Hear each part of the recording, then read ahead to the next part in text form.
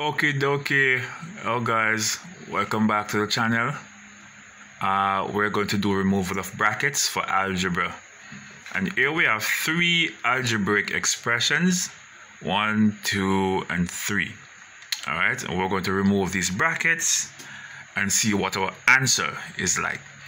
All right, so what you're going to do is you're going to multiply what is on the outside to what is on the inside.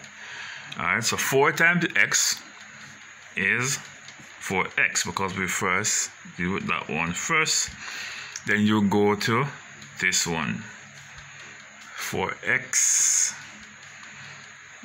and minus, because it's a negative times a positive times a negative, is going to give you a negative 4y,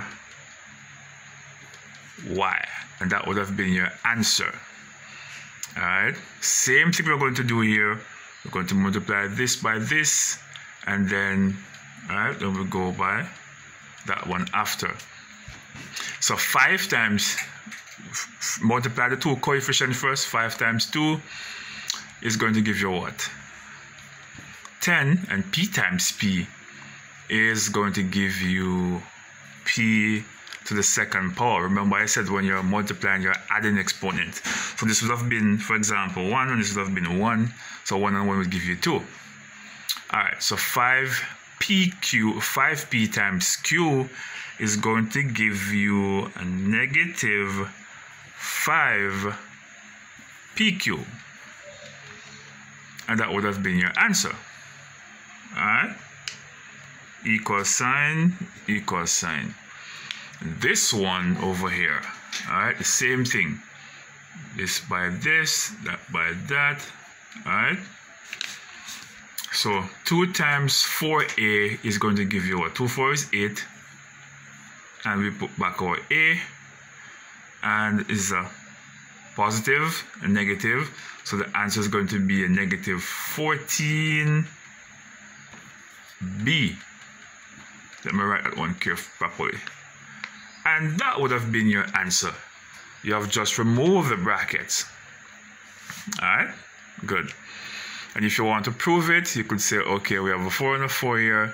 Let me put 4 over here as my HCF, and then I could just put x and y in bracket. All right, that's the same thing we started off with, and put it back in bracket here. Okay, all right, good. And down here, if you want, you could want to prove it as well. You could just say, okay, let me use 5 as my HCF. Oh, 5. Okay, and I could use p because p is in both, and create a bracket, and I could say, okay, 5 into 10 goes 2, and p into p squared would have left 1p.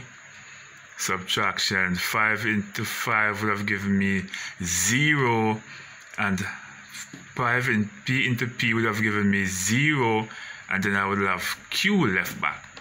So you could prove it as well that your answer is correct. Okay, but don't confuse it though.